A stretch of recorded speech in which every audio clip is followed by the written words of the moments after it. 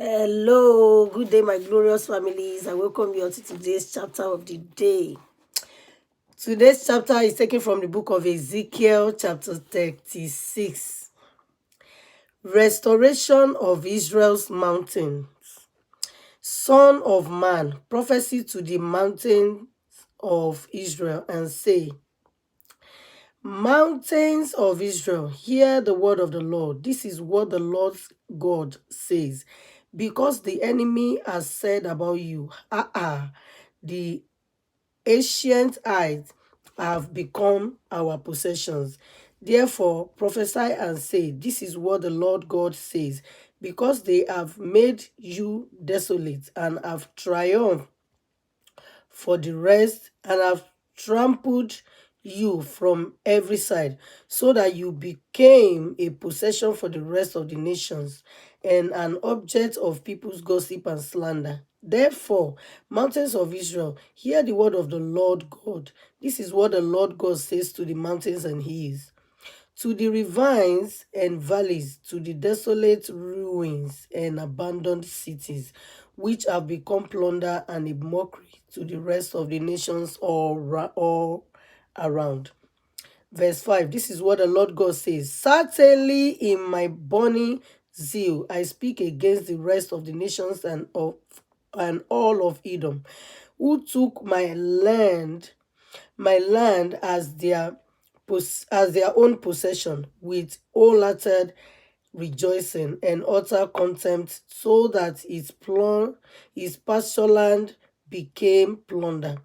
Therefore prophesy concerning the land of Israel, and say to the mountains and hills, to the ravines and valleys, This is what the Lord God says. Look, I speak in my burning zeal, because you have endured the insults of the nations. Therefore, this is what the Lord God says. I swear that the nations all around you will endure their own insults. You mountains of Israel will produce your branches and bear your fruit for my people Israel. Since their arrival is near, look, I am on your side. I will turn towards you, and be you will be tilled and sown. I will fill you with people, with the whole house of Israel in its entirety. The cities will be inhabited and the ruins rebuilt. I will fill you with people and animals, and they will increase and be fruitful. I will make you inhabited as you once were, and make you better off than you were before. I hope someone is tapping into others. Then you will know that I am the Lord. I will cause my people Israel, to walk on you. They will possess you, and you will be their inheritance. You will no longer deprive them of their children. Restoration of Israel's people. The word of the Lord came to me. Son of man, while the house of Israel lived in their land, they defied it with their conduct and actions. Their behavior before me was like menstrual impurity. So I poured out my wrath on them because of the blood they had shed on the land, and because they had defied it with their idols. I dispersed them among the nations, and they were scattered among the countries. I judged them according to their conduct and actions. When they came to the nations where they went, they profaned my holy name, because it was said about them, These are the people of the Lord, yet they had to leave his land in exile. Then I had concerns for my holy name, which the house of Israel profaned among the nations where they went.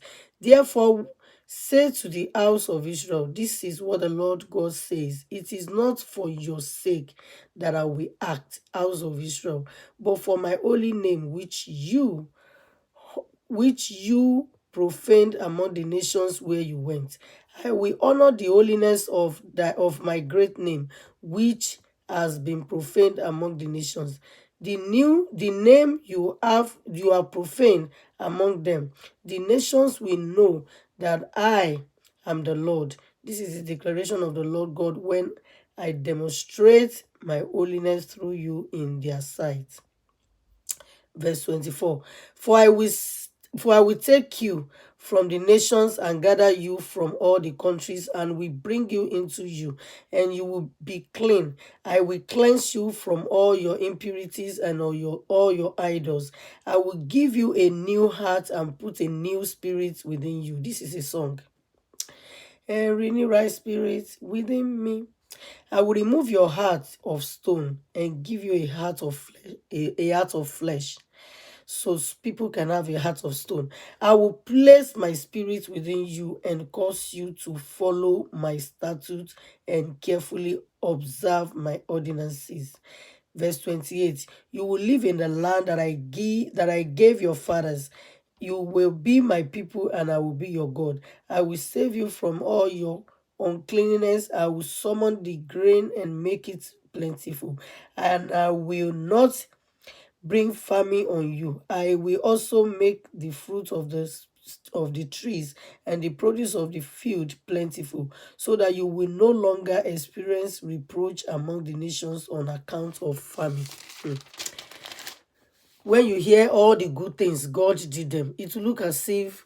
Anyway, let me continue. Verse 31. You will remember your evil ways and your deeds that were not good, and you will loathe yourselves for your iniquities and detestable practices.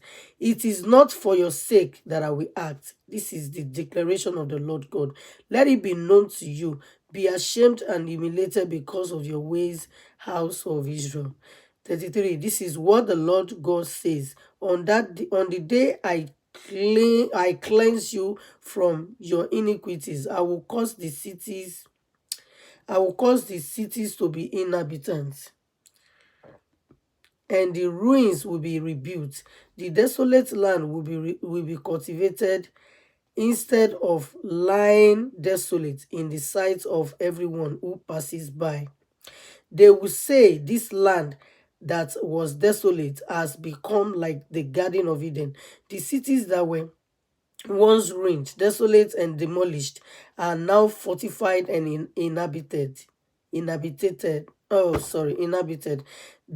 the nations that remain around you will know that I, the Lord, have rebuilt what was demolished, and have replanted what was desolate. I, the Lord, have spoken, and I will do it. There is nothing God cannot do. This is what the Lord God says. I will respond to the house of Israel and do this for them. I will multiply them in number like a flock. So the ruined cities will be filled with a flock of people, just as Jerusalem is filled with flock of sheep for sacrifice during its appointed festivals. Then they will know that I am the Lord. That I am the Lord. Okay, yeah, that's the end of it. um I want to quickly say something. There are a lot of things I would love to say here, but my time will not permit. But one of the things I want to say is that there is nothing God cannot do. Anything that is good and beautiful and lovely, God hand is in it. There is nothing.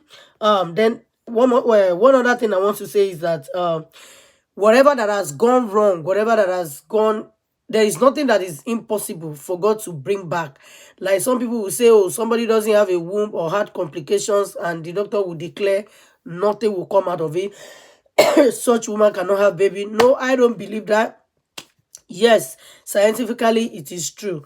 But if you have been given such report, just know that if you can still fix your mind on God, you can do any other thing, like probably doing IVF or whatever, so that you don't put your mind in it. But guess what? God can still make you. God can rebuild you, break you, and rebuild you. God bless you.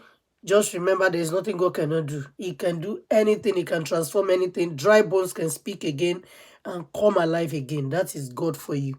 God bless you. I'll see you next time. Bye.